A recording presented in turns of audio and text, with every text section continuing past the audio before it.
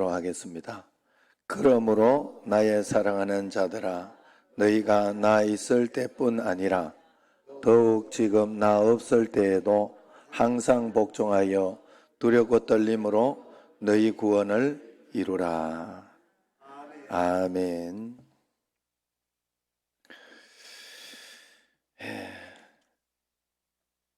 할렐루야. 우리 옆 사람과 한번 인사합시다. 참 잘 오셨습니다. 주님 이름으로 사랑합니다.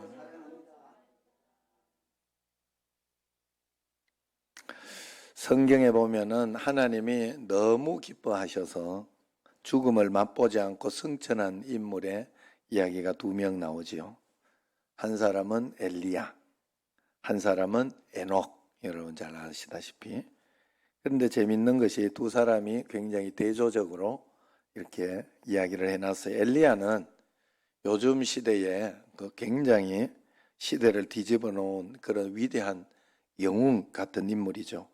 부패한 왕을 상대로 기적 같은 일을 행하면서 그 큰 업적을 남겼죠. 여기에 반해서 에녹은 전혀 한 것이 없어요. 성경에 보면 기록이 없어요. 그저 애 낳고 잘 살았다, 뭐 이렇게 기록이 되어 있는 거예요. 애 낳고 잘 살았다도 없어요. 그냥 무드셀랑인가 하여튼 자식을 낳은 어떤 그 기록만 있고 하나님과 동행하였더라 이런 기록만 있는 거예요. 그러니 특별한 그런 것이 없어요. 그런데 하나님께서는 엘리야, 위대한 영웅이었던 엘리야의 죽음도 보지 않고 데려가신 것처럼 에녹도 하나님은 그렇게 데려가셨더라 하는 겁니다. 이것이 참 감사한 일이에요. 이것을 보면서 하나님이 우리에게 무슨 메시지를 주는가 한번 생각해 볼 수 있습니다. 일단 하나님의 관점에서는 위대한 업적을 남긴 영웅 엘리야와 평범하게 살면서 하나님과 동행했던 에녹이 같은 급이다 하는 그런 뜻이겠죠. 하나님 입장에서는 이 둘 다 귀하다 하는 그런 것입니다. 우리는 하나님의 이런 기준을 굉장히 눈여겨보고 우리의 삶이 그렇게 살아가도록 해야 된다 하는 걸 계속해서 여러분들에게 제가 이야기를 하고 또 메시지를 주고 하는 그런 내용이기도 합니다. 우리는 자꾸 엘리야처럼 기능적으로 뭔가 대단한 일을 하는 사람을 부러워해요. 그것을 추구합니다. 그러나 하나님은 그런 업적으로 우리를 평가하지 않는다 하는 거예요. 소리 없이 하나님과 동행했던 에녹을 엘리야 이상으로 귀한 인물로 인정해 주신 것처럼 마노아처럼 타락한 시대에 물들지 않으려고 애쓴 수많은 무명의 인물들도 하나님은 귀하게 보신다 하는 것입니다. 세상은 세상적인 성공만을 가지고 평가를 합니다. 그러나 하나님은 우리가 진실로 주님과 동행하는지 그렇지 않은지에 관심이 있어요. 그래서 하나님은 세상에 참으로 많은 사람을 다양하게 지으셨죠. 달라도 다들 어찌 그리 다른지 모릅니다. 그렇기 때문에 하나님은 한 사람 한 사람의 삶을 굉장히 귀중하고 소중하게 여긴다 하는 거예요. 그래서 각자 다른 삶에 다른 사람의 삶이 하나하나가 있지만은 그 삶 하나하나가 다 소중하고 하나님께서는 높이 평가하고 귀중하게 평가하고 있다 하는 그런 뜻이에요. 그래서 성경은 과부의 2렙돈을 그 어떤 헌금보다 귀하게 여기셨고 벳세다의 들녘의 그 어린아이의 도시락을 오병이어의 기적의 도구로 삼으셨다. 막 벳세다에서 그 어린아이의 도시락이 아니라 막 차떼기로 막 크게 헌금해가지고 그렇게 밥을 먹인 게 아니다 이 말이에요. 작은 헌신의 기도. 이번에 다니엘 기도회를 하면서 그 목사님 한번 한국의 강남 침례교회 온 목사님이 그랬잖아요. 그분이 하나님을 어떻게 키우기 시작했어요. 결국 키우기 시작했을 때 그 깡통을 가지고 와가지고 앞에 이렇게 고철을 갖다 놓고 하나님, 제가 하나님께 드릴 수 있는 것이 이것입니다 하고 시작한 그것으로부터 그것으로부터 사실은 그렇게 해가지고 계속 처음에는 그렇게 감동적으로 깡통이 왔으면 그 다음에 집에 있는 거 우리 교회는 진짜 집문서 팔아가지고 교회 바친 분이 있잖아요. 예? 진짜 그렇게 우리 교회처럼 그렇게 막 해야 되는데 계속 깡통만 들어왔다 하잖아, 한동안.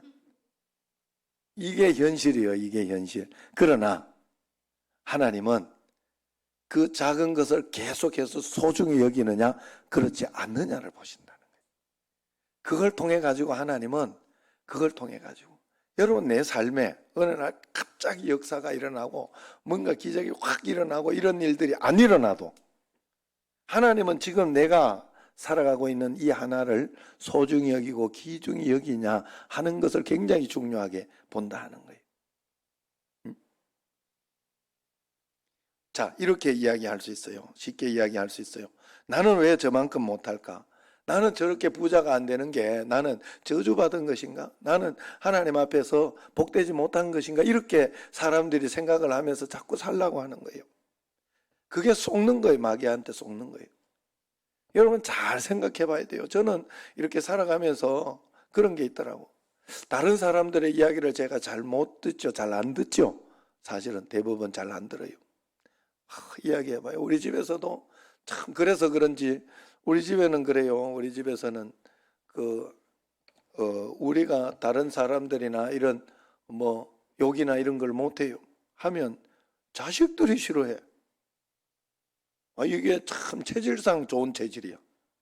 우리는 또 그런 소리 하지 말라고 이렇게 자식들이 이야기를 해요. 자식들이. 그래서 그런 것도 있지만은 여러분 다른 사람의 평가에 의해서 내가 휙휙 왔다 갔다 하면 그게 인생이 얼마나 불행한 거요? 안 그래? 이 집사님 내보고 어느 날 내가 들었어. 목사님은 설교도 못하고 얼굴도 못생기면서 이렇게 어느 날 뒤에서 이야기했다고 들었어 내가.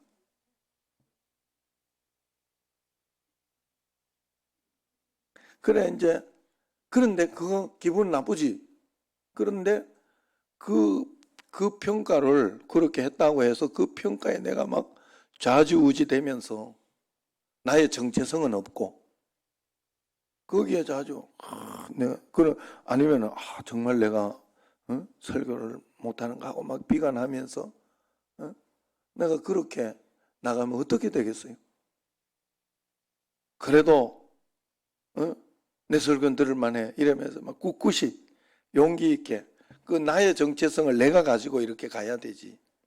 다른 사람의 어떤 그걸 가지고 비교의식 이런 것들을 가지고 내가 살면 안 되는 거예요.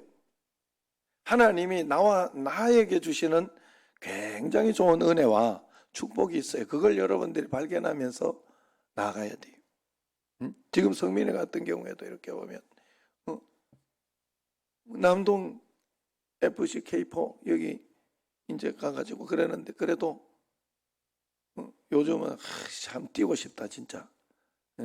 내년부터 등록해가지고 진짜 하면 뛰고 싶다 이런 소리를 안 해. 그게 지금 행복하고 좋은 건데 바로 옆에 친구만 봐도 윤종규는 지금 측면 백이 없다는 이유로 지금 국가대표로 들어갔어요. 23세 대표도 아니고 국가대표까지 바로 옆에 같이 운동하던 친구가 국가대표로 들어가.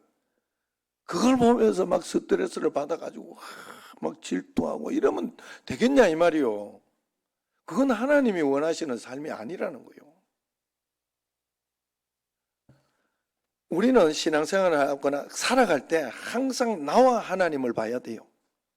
내가 하나님 말씀 가운데서 지금 말씀을 순종하고 있는가? 하나님 말씀 가운데 내가 따라가며 행복한가? 주님이 내 삶을 인도하고 있는가? 이걸 보면 주님이 내 삶을 인도하고 있는 것이 하나하나 풀어지고 만들어지는 것이 보이면 굉장히 그 삶은 행복해져요. 그리고 그 삶에 가치가 부여돼요. 내 삶에. 그리고 굉장히 하나님 앞에서 감사하며 감격하며 그래서 늘 간증이 있는 그런 삶을 우리가 하나님 앞에 살아내야 돼요. 부자는 복 받은 것이고 가난하면 복 못 받. 아니에요. 부자가 부자의 역할을 못하면 그건 오히려 큰 저주예요. 가난한 자도 있고 부자가 있는 것은 부자는 가난한 자를 도우라고 있는 거예요. 응? 그러면서 같이 더불어 잘 살아가고 복된 삶을 살아가자 하는 그런 삶을 살도록 만들어 놓은 거예요. 그럼 우리가 하나님 앞에서 다른 것에 속으면 개척하는 후배 목사님에게 제가 늘 그 이야기를 했다고 하잖아요. 그런데 내가 봐도 정말로 그래요. 진짜 가장 어려웠을 때, 가장 어려워 1년에 막 매월 월세 200만 원씩 깎여 나가면서 그래가지고 한 5천만 원 까먹었더라고. 월세 그거 쉬운 게 아니에요. 250만 원씩 훅훅 나가면 그게 내가 성민이 방값이 40만 원씩 그냥 훅훅 나가 보니까 진짜 정신 없더라고. 한 며칠 몇 달 그렇게 하고 나니까 그것만 해도 진짜 정신 없었어요. 그리고 야, 이 돈 다 까먹는다 이런 생각이 들면서 속상하고 그러던데 이게 뭐 그랬는데 그럴 때 하나님은 그 목사님을 그럴 때 하나님은 그 목사님 해외도 제일 많이 가게 했어요. 그 해에 제가 볼 때. 그리고 또 그 성지순례도 그 해에 2월 달에 1월 달 2월 달 우리하고 같이 가고 가을에 자기는 안 가려고 그랬는데 가을에 하나님이 또 보내줬어요. 하나님이 보내준 거예요. 내가 볼 때는. 왜냐하면 자기 돈 안 들이고 아내 또 그때 못 가려고 그랬는데 그 큰 교회 목사님이 다 100만 원씩 이렇게 코로나로 인해 코로나 전인가 코로나 때 작년 말이니까 코로나 때 이렇게 막 100만 원씩 이렇게 해주면서 어려운 이걸 해주면서 자기만 부르더니 요거는 사모님 같이 가자고 그거 사모님 그거 다음 따로 주더래. 그래가지고 갔다는 거예요. 그래 늘 그런데 그런 걸 생각하면 얼마나 감동적이겠어. 이렇게 그런 하나하나 자기에게 일어나는 감동적인 경험이 있잖아요. 그걸 가지고 우리는 살아가는 것인데 각자가 자기에게 일어나는 그 감동적인 하나님의 은혜와 경험을 가지고 살아가는 건데 다른 사람의 어떤 경험이나 어떤 이런 걸 가지고 내가 막 힘들어하고 어려워하고 불편해하고 막 그러면서 내가 그거에 다 영향을 받으며 살아가면 안 된다 하는 거예요. 하루하루 하나님이 나와 함께 계시고 나를 인도하시는 그 하나님을 발견하면서 주님과 함께 동행하는 축복을 꼭 누리시기를 바랍니다. 꼭 그래야 돼요. 꼭 그래야 돼요. 하나님 앞에서 내가 오늘 출근할 수 있는 거, 내가 오늘 하나님 앞에 맛있는 것을 먹을 수 있는 거. 여러분 아까 내가 오전에도 이야기를 했지만 강춘지 집사님이 심근경색인 줄 알고 요게 이렇게 다 뚫는 거 이렇게 하려고 다 하다가 괜찮다 약물로 해자 이렇게 괜찮다 판정을 받았어요. 문제가 있다라고 듣고 그렇게 해가지고 이제 해야 된다라고 했다가 엉뚱하게 여기 이제 폐에 이제 하얀 게 발견돼가지고 암인 줄 알았더니 그것도 간단하게 수술은 했고 그죠? 그래가지고 종양을 떼내고 그리고 난 뒤에 이 또 심근경색 이거를 봐서 해야 된다 시술을 해야 된다 했는데 괜찮다 판정을 받았어요. 그러면 보통 때 판정인 거예요. 보통 때 판정이 된 거예요. 꼭 내가 그 질병에 걸렸다가 괜찮아야 감사하겠냐 이 말이에요. 지금 내가 지금 여기 걸어 다니고 하나님 앞에 예배드리고 이런 것을 내가 그런 감사를 내가 해본 적이 있는가? 그런 것을 한번 생각해 본 적이 있는가? 여러분 이런 걸 생각해 봐야 돼요. 하나님 앞에 감사는 찾으면 너무나 많아요. 우리 삶에 내 주변에 여러분 딱 그렇더라고. 우리 집에도 지금 초롱이도 똥도 싸고 성만이도 한번 싸져 끼면 이 장난이 아니야. 오늘 또 내가 들고 똥 들고 오는 거를 다 봤어. 청년들이. 정연이 봤지 아까? 놀랬지? 이만큼을 내가 들고 오면서 열이 받지? 어디다 이렇게 매일매일 싸댔기냐 진짜. 그렇게 생각해보니 나도 싸제끼긴 하더라고. 근데 나는 이렇게 정해진 곳에 이렇게 잘 사는 거고, 잘 버리고 있는 거고. 그래, 그러지만은, 그럴 때마다요, 이럴 때마다 내가 마음을 바꾸고 이거 가지고 속상하다라고 생각을 하지 않고, 이건 어때 똥만 싸냐? 이러면은 내가 화가 나겠어요? 아니면은 짜증 나겠어요? 안 나겠어요? 짜증 나요. 그러나 그때 어? 이놈이 도망가 가지고 내가 그렇게 애타게 찾던 걸 생각하고, 아이고 그래도 이렇게 건강하게 있어주니 감사하다, 이런 마음을 가지고 그렇게 보면 그렇게 보여요. 그건 내 상황 속에서 나의 선택으로 인하여 내가 그렇게 살아가게 되는 거예요.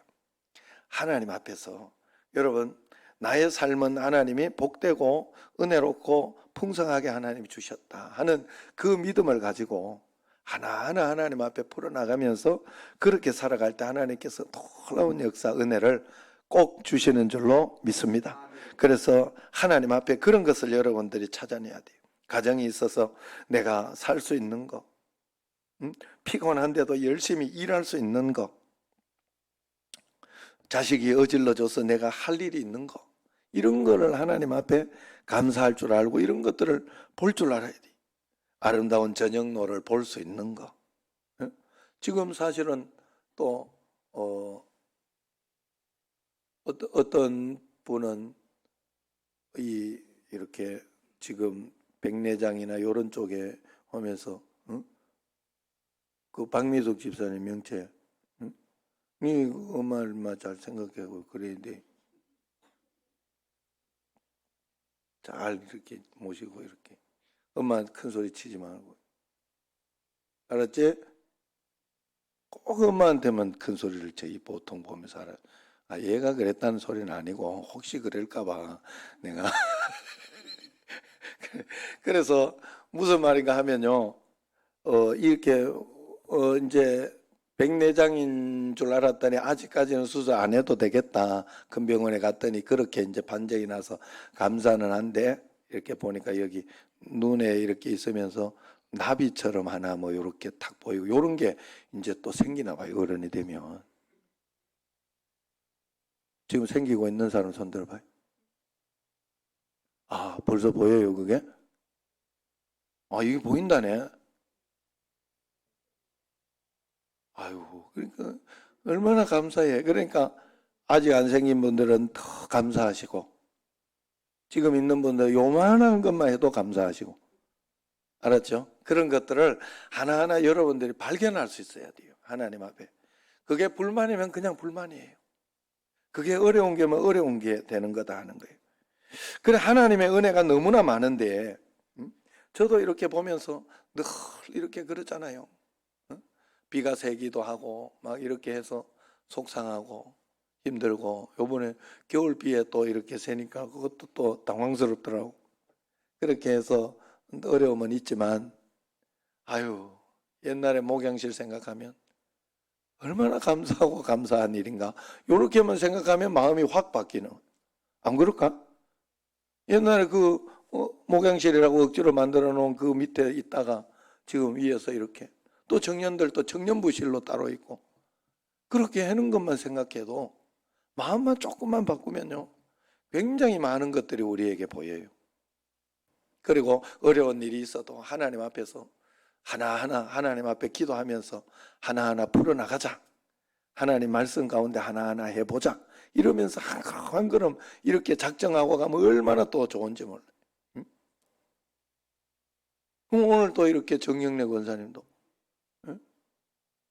남편이 오늘 아침에 또 안 나와가지고 스트레스를 받고 속상해고 이렇게 있는 게 아니라 기도하면서 하나님 앞에 어떻게 해서라도 저녁에라도 가보자. 그러면서 이러면서 해가 지금 저녁에 이렇게 나오니까 얼마나 행복하겠어요. 예? 김홍렬 집사님 이렇게 행복을 주고 있는데 그걸 모르고 자꾸 이렇게 뺀질뺀질하게 하면 안 돼. 예? 정말 하나님 앞에서 한 걸음 한 걸음 잘해야 되지. 어쨌든 하나님 앞에 내게 있는 그 복을, 진짜 복을 여러분 꼭 차지하시기를 바랍니다. 더 큰 거, 더 많은 거, 더 좋은 것만 찾다가 지금 있는 것을 보지 못하고 불행하게 그렇게 사는 사람은 없는가? 진짜 복은 어디에 있느냐? 진짜 복은 부자가 되는 거나 건강하게 되는 거나 권력을 가지거나 1등하는 그런 것이 복이 아니에요. 진짜 복은 내가 어떤 형편과 삶에 있든지 간에 하나님이 나와 함께 계시다는 것을 믿고 그렇게 한 걸음 한 걸음 따라가는 것이 진짜 복입니다. 그래서 실제로 믿고 사는 사람이 복 받은 거예요.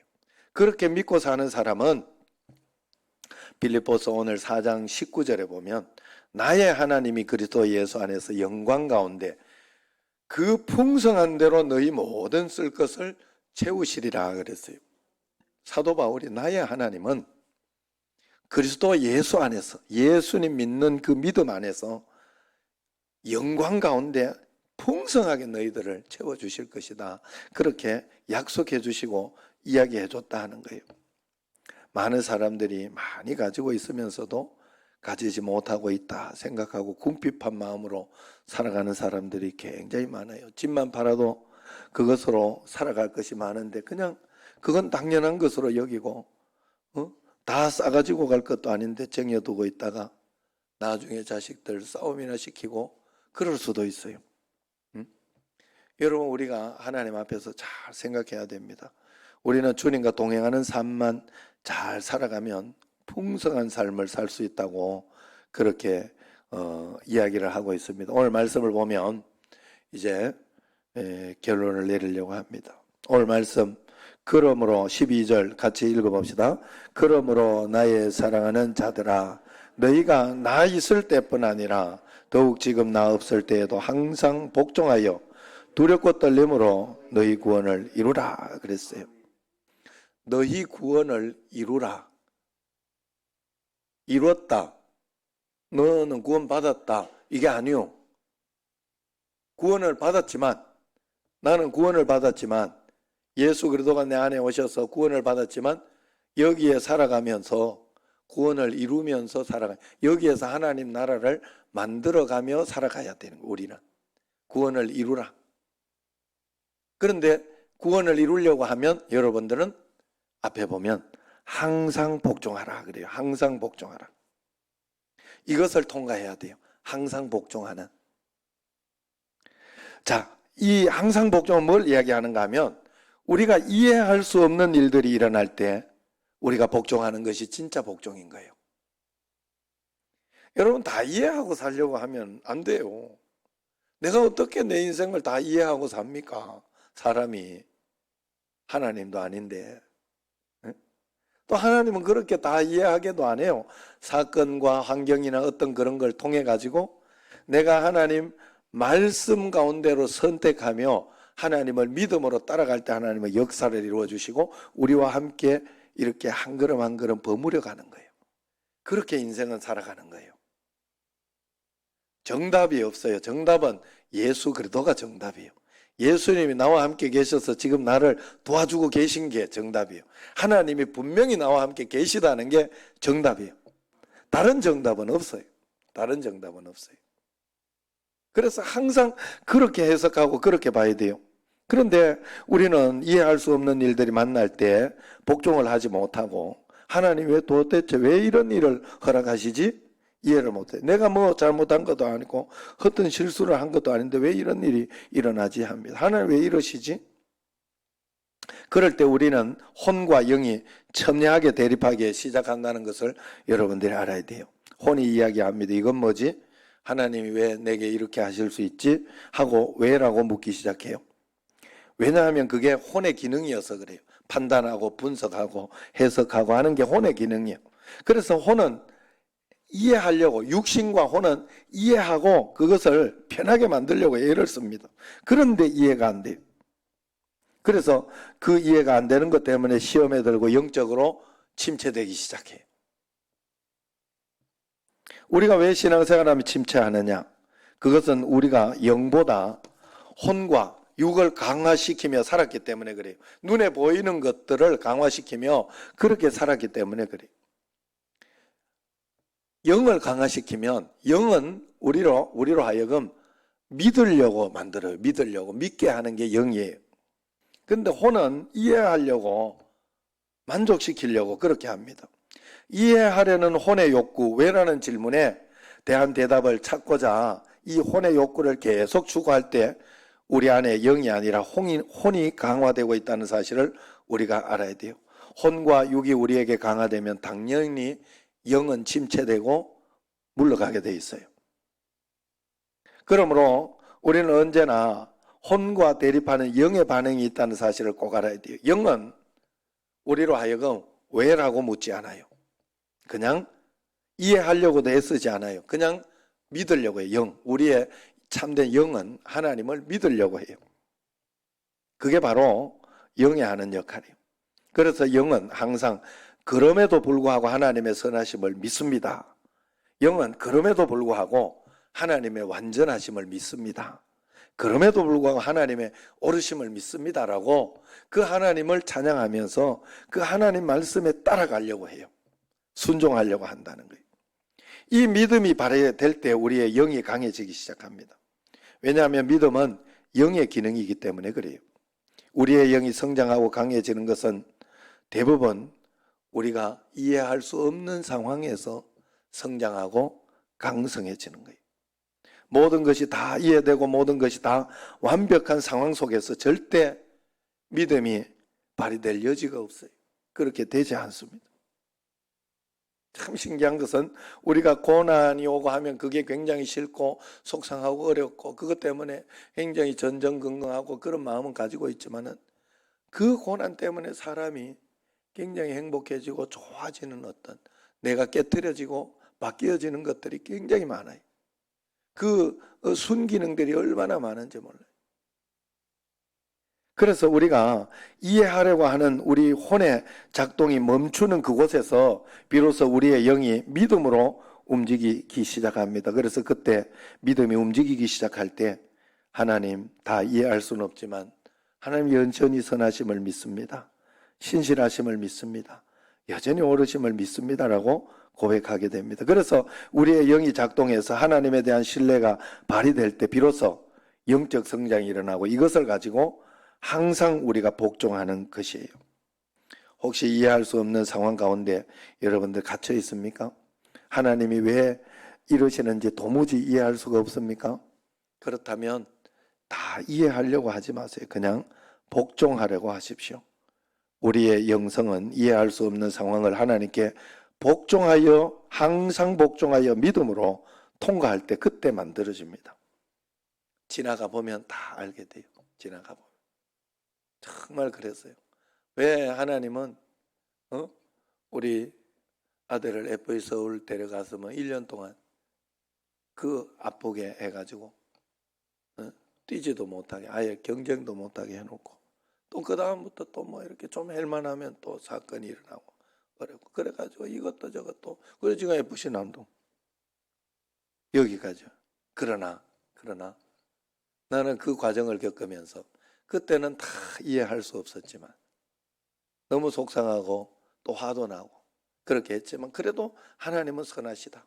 하나님은 오르시다 하고 이렇게 왔는데 생각해보면 하나님은 오르신 것 같아. 그러면서 사람을 만들어가는 것 같더라.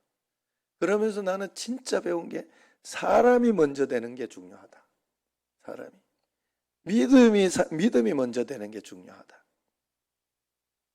외모로 성공하고 외적으로 성공하는 그것은 아무 도움이 안 돼. 도움이 안 돼. 사람이 된 사람에게 성공이 일어나야 돼. 꼭 아셔야 돼요, 여러분. 외적인 것만 추구하다가 나중에 그것 때문에 굉장히 내가 상처를 받고 여러 가지 어려움을 당할 수 있습니다. 이해할 수 없는 상황 속에서도 내가 하나님을 신실하게 하나님의 신실하심을 신뢰할 수 있는가? 내가 그 말씀에 그 상황에 내가 복종할 수 있는가? 그것을 통하여 하나님 나라를 내가 이루려고 하나하나 풀어갈 수 있는가? 이것이 우리에게 있어야 됩니다.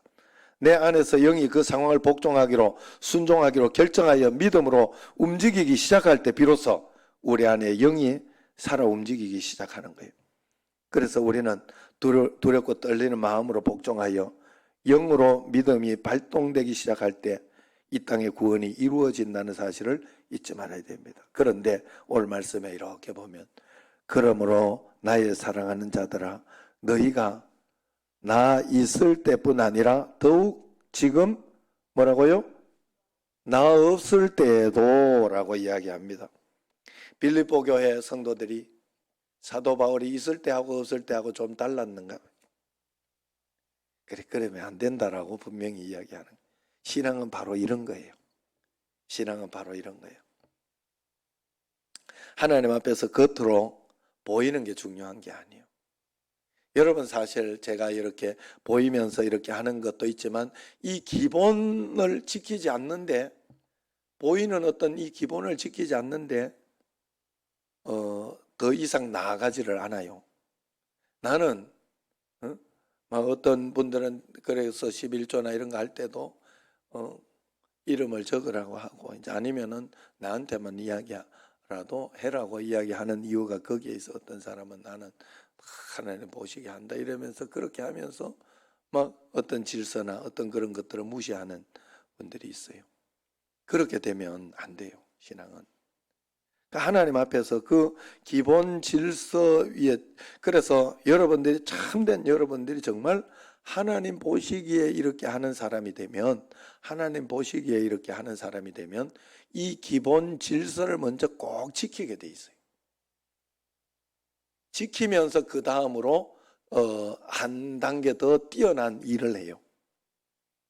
내가 하나님 음성을 난 듣고 있어 이런 사람이 교회에는 순종도 안 하고 자기 부모님께 순종도 안 하고 그건 절대 듣는 거 아니에요. 들어도 잘못 듣고 있는 거예요. 뭔가 모르게. 하나님은 그 질서를 틀리게 가지 않습니다. 절대로 그렇지 않습니다. 그래서 우리가 너희가 나 있을 때뿐 아니라 없을 때에도 다 똑같아야 된다는 거예요. 하나님 앞에서. 정말 양심적으로 믿음적으로 주님 앞에 그렇게 살아가려고. 그런데 그게 사실 있을 때 없을 때가 다 똑같을 수가 있나요? 그러나 최대한 그 오차가 없도록 만들어야 돼요. 그 오차가 없도록. 그래서 하나님 앞에서 꼭 그렇게 그리고 이렇게 예배를 드리면서도 이렇게 요번에 이런 것들로 하면서 코로나나 이런 상황 내가 저녁 예배 솔직한 말로 여러분 솔직한 말로 오후 예배하고 이거 코로나 이야기 해가지고 오후 예배 안 드리고 끝내고 이러면 누가 변해? 내가 변하지. 속 변하고 좋아요 솔직한 말로. 그러면 같이 망하는 거기 때문에 그럴 수가 없는 거예요. 그래서 이 상황 속에서도 이렇게 해서라도 끌어당기면서 신앙을 당기려고 해요. 여러분의 신앙 제대로 안 되면 같이 망하는 거예요. 그래서 정말 하나님은 정말 과학보다 더 정확한데 우리가 그것을 모를 때가 너무 많아요. 그래서 오늘 여기 말씀처럼 늘 하나님 앞에서 구원은 이렇게 시작된다는 것을 알아야 돼요. 하나님 앞에서 내가 하나님 교회에서나 골방에서 하는 것이 진짜가 돼야 되고 그러면 그 보이는 거는 당연하게 하게 돼 있어요. 당연하게. 나는 보이지 않는 곳에서 해요. 이렇게 하면 보이지 않는 곳에 진짜 하는 사람은 보이는 건 당연하게 하게 돼 있어요. 그 사실 여러분들이 절대 간과하지 마시고 그리고 그 기본부터 꼭 넘기시기를 바랍니다. 언제나 하나님 앞에서 보이는 것부터 잘 넘겨가지고 이해할 수 없는 상황 속에서도 항상 복종해서 영의 삶을 살아가고 믿음의 삶을 살아가고 그래서 이 땅에서 하나님 앞에 이 땅은요 여러분 다 만들어진 것을 내가 로봇처럼 살아가는 건 이 땅이 아니에요. 여러분들에게. 그래서 여러분 내가 뭐 권사 됐는데도 시험이 들어. 자유의지. 내가 사람이라 자유의지가. 그래서 여러분들이 그런 것 가운데에서 늘 나에게는 의심하는 마음도 있고 여러 가지가 있다는 걸 알아야 돼. 그때 내가 믿음을 선택하고 복종을 선택하고 그러면서 한 걸음 한 걸음 따라가다가 보면 나중에 하나님 앞에서 문제가 풀리고 해결되고 구원이 이루어지는 게 보여요. 구원은 영생도 있지만 이 땅에서도 고인 문제가 풀리는 것도 구원이라 그래요. 아셨죠? 그래서 여기에서부터 그래서 하나님 뜻대로 살아가는 그 재미가 얼마나 있는가 하면 이번에도 내가 하나님 뜻대로 이걸 선택했는데 나중에 이 문제가 잘 풀렸어요. 그러면 내가 잘했구나. 하나님 앞에서 잘했구나 하는 그런 마음도 들고 그런 어떤 영적인 것이 잘 든다는 거예요.